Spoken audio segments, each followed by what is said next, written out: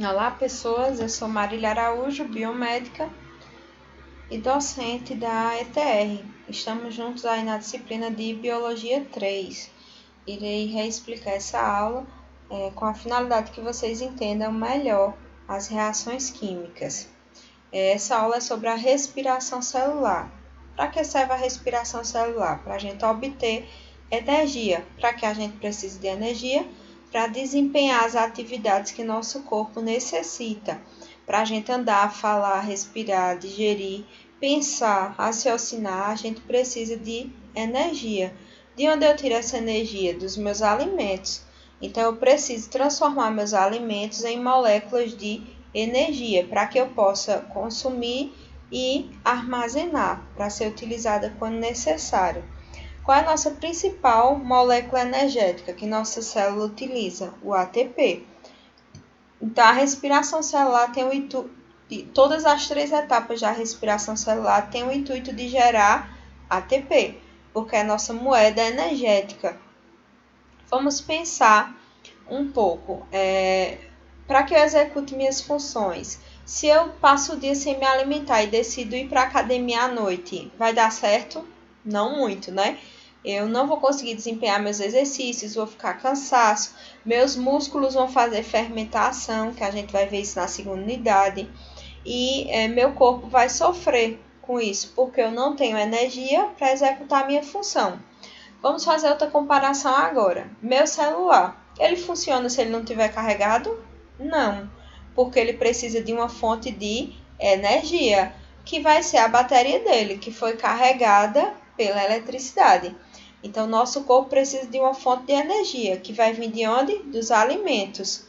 Como eu vou armazenar essa energia? Em forma de molécula de energia, que a gente tem o ATP, o NAD e o FAD. São nossas moléculas que armazenam energia. Vão funcionar aí como se fossem as baterias, né, do nosso corpo. Então, eu preciso gerar ATP. Eu já vou ter alguns, né, no meu corpo que minha célula gerou e guardou para utilizar quando necessário, mas eu preciso gerar ATPs e moléculas energéticas a todo momento, porque eu utilizo a todo momento. Até quando a gente está dormindo, a gente está utilizando energia. Então, eu preciso ter essa reserva energética para que eu possa utilizar. Nosso corpo, ele guarda energia a partir de carboidratos e de lipídios. Então, nossa primeira fonte energética são os carboidratos. A segunda são as gorduras, os lipídios. Então, quando a gente ingere o alimento, nosso corpo vai transformar esse alimento em molécula de glicose, porque a molécula de glicose vai gerar energia, vai gerar ATP. Temos 2 processos que geram energia a partir da glicose: fermentação e respiração celular. Nós, seres desenvolvidos, realizamos os 2, tanto fermentação como respiração celular. Qual é a nossa principal fonte para obter energia? A respiração celular. Já as bactérias, por exemplo, elas fazem apenas fermentação. Elas não fazem respiração celular. Como é que acontece essa respiração celular para a gente ter energia? Vão acontecer reações químicas para organizar essa molécula de glicose e para quebrá-la, para que a gente possa utilizar. Lembram lá do metabolismo, que tem o catabolismo e o anabolismo? Em uma eu pego um composto, degrado ele, né, e gero energia. Toda vez que eu quebro uma ligação química, eu gero energia. E eu posso também pegar compostos menores e criar outro produto, gastando assim energia. Então, tudo que nosso corpo executa, ele utiliza de energia. Como é que essas reações químicas acontecem? Quem ajuda elas a acontecerem? As enzimas. As enzimas, elas vão proporcionar essas transformações nas moléculas para que no final a gente tenha ATP. Então, esse primeiro passo aí da respiração celular é a glicólise, que é o que a gente vai estudar nessa aula. Eu tenho aqui a fermentação e a respiração celular. Eles têm uma etapa em comum, que é a primeira, a glicólise, então ela acontece tanto na respiração celular quanto na fermentação. Fermentação a gente vai ver na segunda unidade, que eu tenho ela láctica e alcoólica, tem a etílica também. E na respiração celular eu tenho glicólise, ciclo de Krebs e cadeia transportadora de elétrons, conhecida também como fosforilação oxidativa. Então, vamos ver logo as diferenças aqui. Fermentação e respiração celular, as duas geram energia. Porém, a respiração celular gera muito mais, 1000 vezes mais energia do que a fermentação. A respiração celular ocorre em 3 etapas, a fermentação em uma. E a etapa que gera mais ATP é essa daqui, a última, certo? Então, aqui eu tenho uma célula, o citoplasma, aqui é uma mitocôndria, aqui a molécula de glicose entrando dentro dessa célula, passando pela membrana, né? Seletivamente permeável, e eu tenho que prender essa molécula de glicose aqui dentro, porque eu tenho que transformar ela em ATP. Né? Na primeira etapa, eu transformo glicose em 2 moléculas de piruvato e no futuro, lá no futuro, esse piruvato vai me gerar ATP, certo? Então, aqui eu vou ingerir os alimentos, desses alimentos vão ser processados, retirados os nutrientes para serem utilizados, eu vou transformar os carboidratos e lipídios em glicose, porque a glicose vai me gerar molécula de energia. Aqui eu tenho a respiração celular, que vai ser o que a gente vai estudar nesse primeiro momento, que acontece em 3 etapas. A glicólise, conhecida também como via glicolítica, ciclo de Krebs e cadeia respiratória. Entendam, uma não é isolada da outra. Todas elas são subsequentes. Uma começa quando a outra termina. Então, o produto final da glicólise vai iniciar o ciclo de Krebs. O produto de ciclo de Krebs vai iniciar a cadeia respiratória e de assim por diante. A respiração celular, né, essa primeira parte, glicólise, como o nome já diz, é a lise, a quebra da molécula de glicose. Para que eu quebro molécula? Para gerar energia. Cada vez que eu quebro uma ligação química, eu estou gerando energia. Só que eu não posso perder essa energia, então eu vou captar essa energia. Como é que eu posso captá-la? Gerando ATP, NADs e FADs, que são moléculas que capturam, que guardam energia. Então, nessa primeira a glicólise, acontecem 10 reações. Acontecem 10 reações químicas para transformar a glicose em 2 moléculas de piruvato. Então, eu tenho uma molécula e vou transformar em 2. Para que esse piruvato dê continuação na próxima etapa, que é o ciclo de Krebs. O que acontece na primeira reação dessas 10? Eu vou gastar um fosfato do ATP. Para isso, eu vou utilizar o fosfato desse ATP, que é a moeda energética dele. E quando eu mexo no fosfato, a gente diz que ocorre uma fosforilação. Quem faz essa primeira reação para mim é a enzima chamada exoquinase. Também pode ter aqui exocinase, C1C e 1I. Tanto uma como a outra, elas vão mexer no fosfato. Aqui eu tenho a primeira reação, né, ocorre na fosforilação, a adição do fosfato na molécula de glicose. Então, eu tenho a molécula de glicose aqui sem fosfato e a gente vai adicionar, tirar o hidrogênio dela e adicionar um fosfato. De onde vem esse fosfato? De um ATP. E de onde vem esse ATP? Esse ATP estava solto no meu citoplasma e eu vou puxar ele para mim. Quando ele vê a molécula de glicose, ele vai se colar nela. Por quê? Se a gente não acrescentar o fosfato nessa molécula de glicose, do mesmo jeito que ela entrou na célula, ela pode sair. E se ela sair, eu perco a oportunidade de gerar energia. Então, a gente vai pegar essa molécula de glicose, colar o fosfato nela, que a gente tirou o fosfato do ATP, que estava solto, dando sopa pelo citoplasma. Colei na minha molécula de glicose, para prender ela. Ela vai ficar aí em cárcere privado dentro dessa célula, para que ela não saia e a gente não perca a possibilidade aí de ter energia. Quem fez isso para mim, quem colocou o fosfato na glicose foi a exoquinase. Então, a primeira reação é a adição de um fosfato na molécula de glicose que veio lá da alimentação e entrou dentro da célula.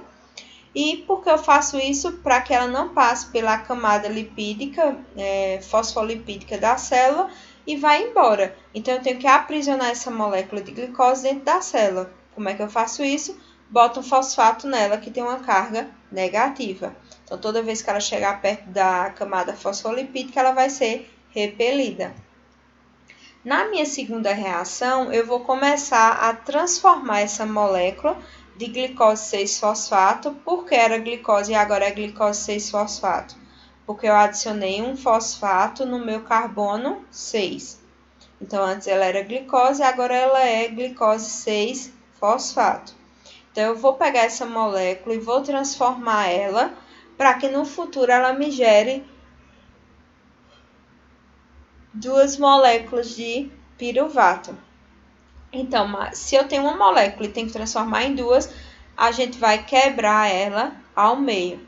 Para que quando eu quebrar ela ao meio, ela esteja assimétrica, né? Ela esteja dos dois lados iguais, eu tenho que fazer transformações nessa molécula. Então, a gente vai começar agora a transformar ela para depois quebrar. Eu tenho aqui uma enzima chamada isomerase. Essa enzima chamada isomerase, ela transforma um isômero em outro. O que quer dizer isso? Se você observar, a molécula de glicose 6-fosfato tem o mesmo componente da molécula de frutose, porém estão em lugares diferentes. Então, ela vai reorganizar, vai rearranjar essa molécula para que ela vire frutose 6-fosfato. E por que a gente quer que de glicose 6-fosfato vire frutose 6-fosfato? Porque eu vou quebrar e ela tem que estar o mais parecida possível dos dois lados, certo? Então, aqui eu tenho carbono, aqui eu tenho hidrogênio, aqui eu tenho oxigênio, aqui eu tenho. O que me falta é o fosfato. Então, eu tenho que colocar um fosfato desse lado agora para que essa molécula fique parecida dos dois lados. E é isso que a gente vai fazer na próxima reação. Então, eu tenho lá a frutose 6-fosfato, desse lado tem fosfato, desse lado não tem. Tenho que acrescentar um fosfato, de onde eu tiro de outro ATP que estava solto no citoplasma. Então, qual é a enzima que a gente usa? Quinase ou sinase.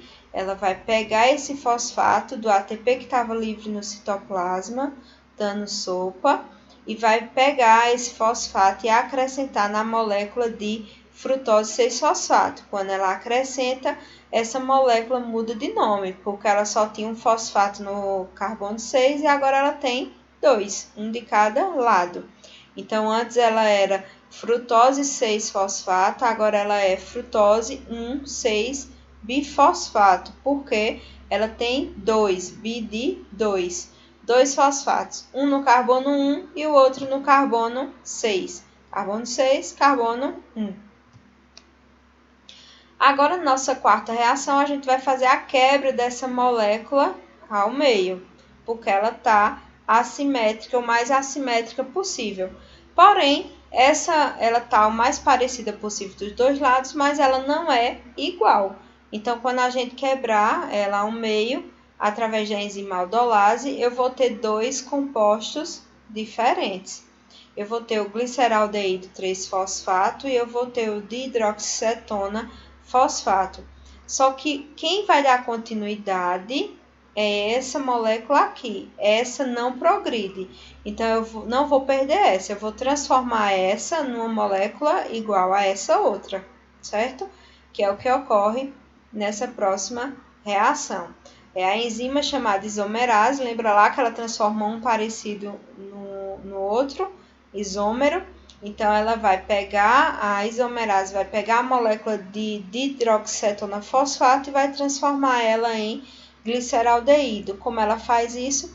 Ela reorganiza as moléculas, ela reorganiza os componentes. Então, aqui eu tenho 2 hidrogênios, né? Outro hidrogênio aqui. Ela reorganizou, distribuiu esses hidrogênios. Ó. Um foi para cá, o outro veio para cá e o outro veio para cá. Então, ela reorganizou os hidrogênios, né?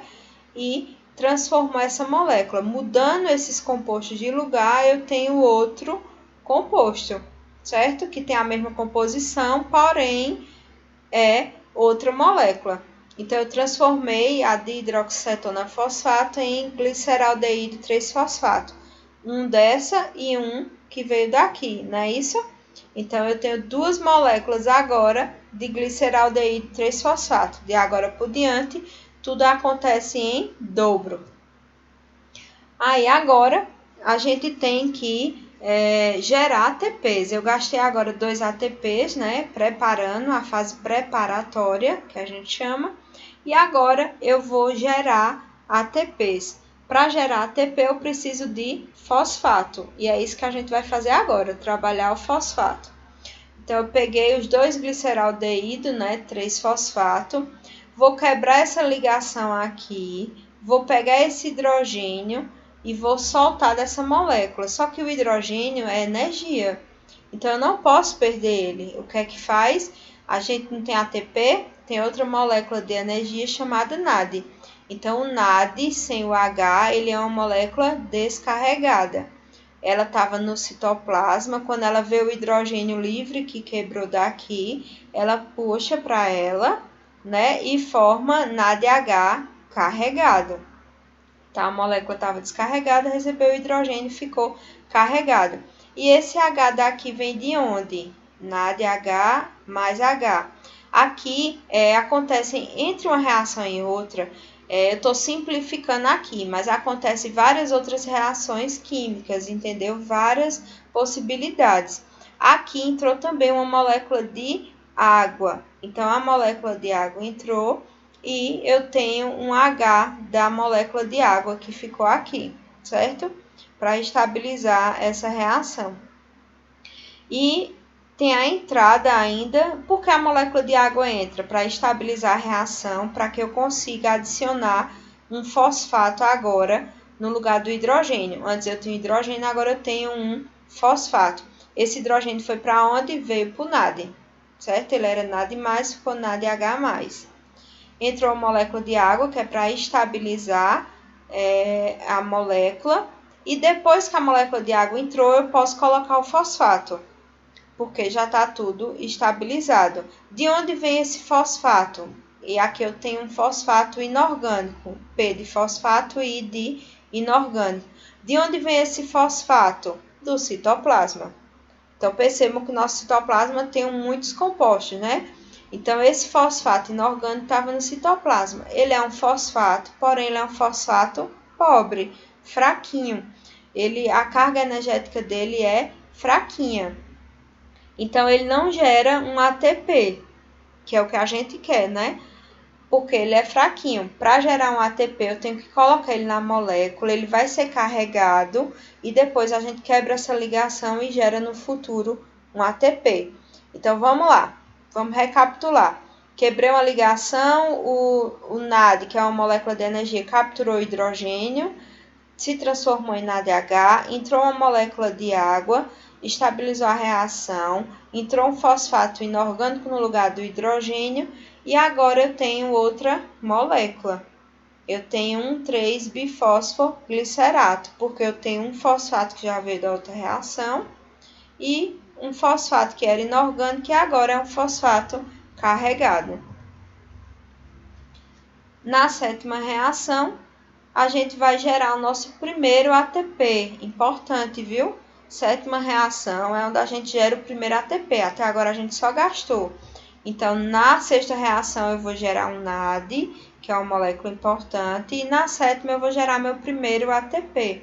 Como eu construo esse ATP? Eu vou pegar o fosfato inorgânico, que agora é um fosfato potente. Vou quebrar essa ligação e vou colocar o fosfato novamente no ADP. Esse ADP era aquele que estava solto no citoplasma que eu usei. e eu vou transformar ele em um ATP. Quando eu tiro o fosfato dessa molécula, em vez de ser um 3-bifosfoglicerato, ela vai ficar 3-fosfoglicerato, porque agora ela só tem um fosfato no carbono 3. Tudo isso é para quê? Para gerar um piruvato na 10ª reação. A 8ª reação, eu vou mudar o fosfato de posição. Eu tenho um fosfato aqui, que é negativo, e eu quero botar ele para perto desse oxigênio aqui, que também é negativo. Por que eu quero isso? Porque cargas iguais se repelem. Quando esse fosfato subir para aqui, essas cargas vão ficar muito próximas e esse fosfato vai ser expulso para gerar o ATP. Quem faz isso para mim, essa mudança do fosfato daqui para aqui, é a enzima mutase. Então, ela vai pegar o fosfato daqui de baixo, vai colocar o fosfato nesse oxigênio, né?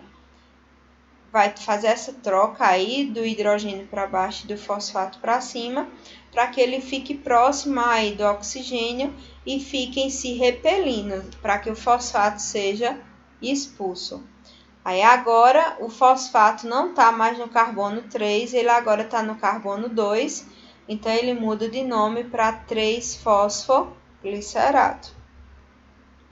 Na 9ª reação, ocorre uma desidratação, ou seja, uma perca de molécula de água, que estava aqui, ó.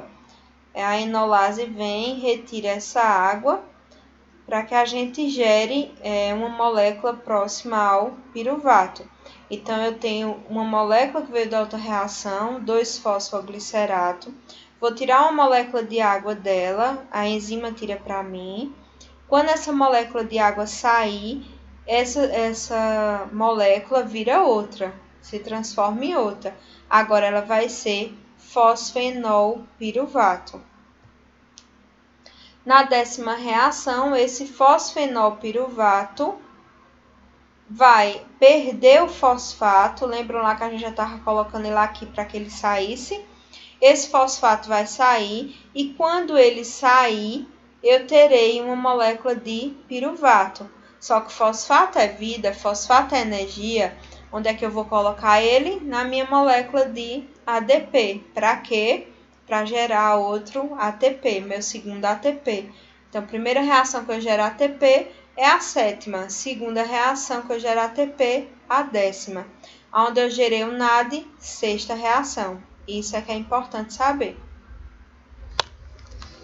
Agora, a gente tem aqui um resumo, né?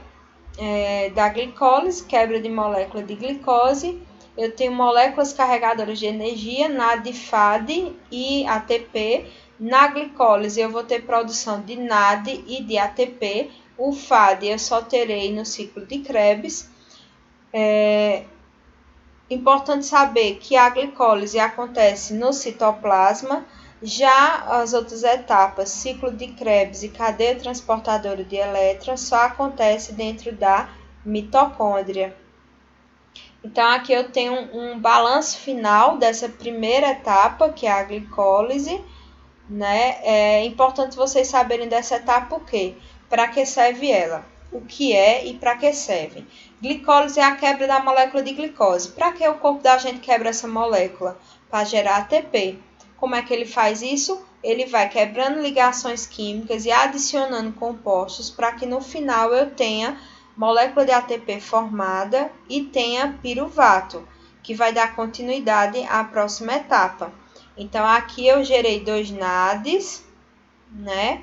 Tive um saldo final de 2 ATPs. Por que um saldo? Porque eu tenho 4 ATPs formados. Porém, eu utilizei 2 no começo. Então, eu terei um saldo de 2. 4 menos 2, 2. E produzi 2 ácidos pirúvicos ou piruvato. Isso aqui é o que é importante vocês saberem. Todas essas 10 reações é para que vocês entendam como as coisas funcionam para chegar até aqui. Então, aqui tem um resumo da glicólise. O que é a glicólise? Que é o que eu acabei de explicar. vem do grego, que é lise da açúcar, lise de glicose. É um processo anaeróbico, ou seja, sem a presença de oxigênio, acontece no citoplasma das células e ocorre a degradação da glicose em duas moléculas de piruvato ou ácido pirúvico e na produção de 4 moléculas de ATP, onde eu utilizei 2 e restam 2. Aqui eu tenho um resumo de cada reação, né? Eu tenho glicose 6-fosfato, que vai ser degradada por uma cascata de enzimas, de reações enzimáticas, e no final das 10 reações eu terei 2 piruvatos, onde cada um tem 3 carbonos. Então, a molécula de glicose tem 6 carbonos, eu dividi ela ao meio, gerando 2 outras moléculas, chamadas de piruvato, e cada piruvato tem 3 carbonos. A energia liberada dessas quebras de ligação vão formar moléculas carregadoras de energia, ou seja, baterias de energia do nosso corpo, que vai ser aí o ATP e o NADH. A glicólise acontece em 10 reações, né, catalisadas, ou seja, possibilitadas através de enzimas, acontece no citosol e é dividida em 2 fases, uma preparatória, que é aquela que a gente gasta os ATPs, e a fase compensatória, o pagamento, onde a gente gera os ATPs.